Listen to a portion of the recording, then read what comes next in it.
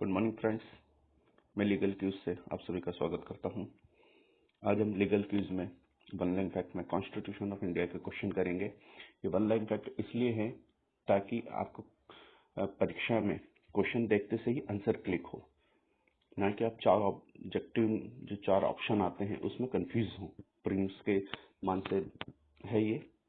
आइए हम टाइम खराब ना करते हुए डायरेक्ट इस पर बात करते हैं। तो पहला क्वेश्चन है, जब नियुक्ति वैधानिक प्रावधानों के विपरीत हो तो कौन सी रिट जारी की जा सकती? आप सभी को मालूम है, फिर भी आप रिवाइज कर लीजिए और देखिए। अधिकार पुंजा अनुच्छेद 32 के अंतर्गत जारी की जाती है। सेकंड क्वेश्चन, संविधान के निम्नलिखित अनुच्छेद के अधीन उच्चतम न्यायालय नियमावली बनाई गई है। किसके अनुसार उच्चतम न्यायालय की नियमावली बनाई गई है? आर्टिकल, किस आर्टिकल के वो बनाई गई है? आर्टिकल 145 के अनुसार। नेक्स्ट क्वेश्चन है, कई बार परीक्षाओं में पूछा गया है, राष्ट्र की एकता और अखंडता शब्दों का समावेश भारत के संविधान की उद्देशिका में किस संशोधन के माध्यम से किया गया? आप सभी को मालूम है, 45वें संविधान संशोधन द्वारा किया गया है। आइए नेक्स्ट क्वेश्चन देखते हैं, राज्य लोक सेवा आयोग के कार्य का विस्तार करने की शक्ति किसमें है? राज्य के लोक सेवा आयोग के कार्य करने की विस्तार की शक्ति किसके अंतर्गत है? राज्य विधानमंडल में है, अनुच्छेद 331 के अंतर्गत बताई गई है। जैसी क्वेश्चन आएगा वैसे ही आपको आंसर रिवाइज हो जाएगा। नेक्स्ट क्वेश्चन है, कौन यह प्रश्न अवधारित करता है कि संविधान की 10वीं अनुसूची के अनुसार कोई लोकसभा का सदस्य दल बदल के आधार पर निर्णयता के अधीन हो गया है? लोकसभा अध्यक्ष को ये पावर दे रखे हैं। भारतीय संविधान के अनुच्छेद 340 में निहित है, क्या निहित है?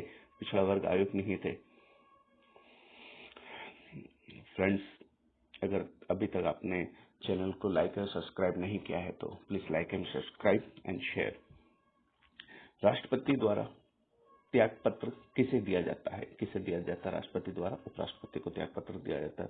कौन सी रिट याचिका की जाती है किसी निम्नतर न्यायालय या अधिकरण को इस आधार पर कि क्षेत्राधिकार से परे कार्य किया या प्राकृतिक न्याय के नियमों से असंगत कार्य किया है? किस याचिका में पूछा जाए? उत्प्रेषण लेख में, आर्टिकल 32 के अंतर्गत सुप्रीम कोर्ट में। भारतीय संविधान का कौन सा अनुच्छेद समान नागरिक संहिता से संबंधित है? कौन सा है? आप सभी को मालूम है, 44वां अनुच्छेद 44।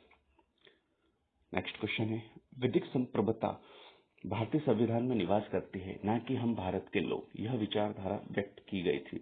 यह विचारधारा केशवानंद भारती के बाद में व्यक्त की गई थी।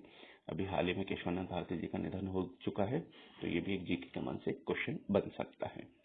उच्च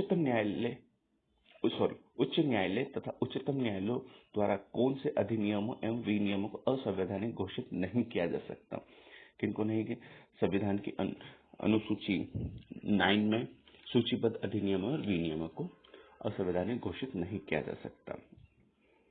केंद्र सरकार के विरुद्ध किए गए वाद में प्रतिवादी के रूप में नामित किए जाने वाला प्राधिकारी कौन होता है? जब अपन केंद्र सरकार के विरुद्ध वाद लगाते हैं तो वहां पर टाइटल क्या डालते हैं? विरुद्ध क्या लिखेंगे? तो वहां पर विरुद्ध में अपन लिखते हैं भारत संघ।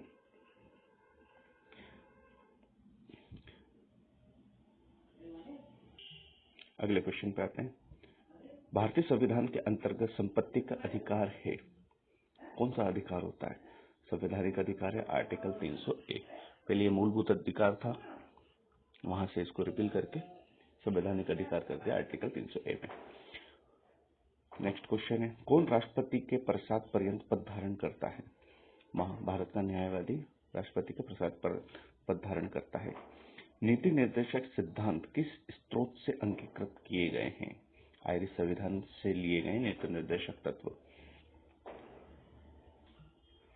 अगला क्वेश्चन देखते हैं, संविधान का कौन सा संशोधन अधिनियम एक व्यक्ति को 2 या अधिक राज्यों का राज्यपाल नियुक्त करने का अधिकार देता है?